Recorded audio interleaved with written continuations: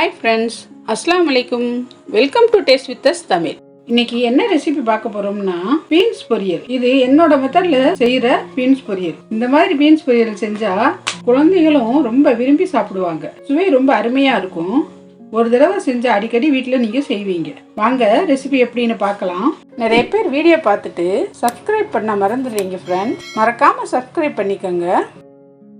ஒரு கடாயில 2 டீஸ்பூன் எண்ணெய் சேர்த்து எண்ணெய் சூடானதும் 1 டீஸ்பூன் கடுகு உளுந்து சேர்த்து கடுகு வெடிச்சதும் 1/2 டீஸ்பூன் சீரகம், 2 காஞ்ச மிளகாய், கொஞ்சம் கருவேப்பிலை சேர்த்து எல்லாம் நல்லா பொரிஞ்சு வந்ததும் ஒரு நறுக்கின பெரிய வெங்காயம் சேர்த்து வெங்காயம் கண்ணாடி பதம் வர வரை நல்லா வதக்கி விட்டு நறுக்கி வச்ச 200 கிராம் பீன்ஸ், 1 கேரட் சேர்த்து 2 நிமிஷம் நல்லா வதக்கி விடணும். அரை மணி நேரம் முன்னாடி ஊற வச்சு தண்ணி வடிச்சு வச்ச 2 டேபிள் ஸ்பூன் பாசி பருப்பை சேர்த்துக்கணும்.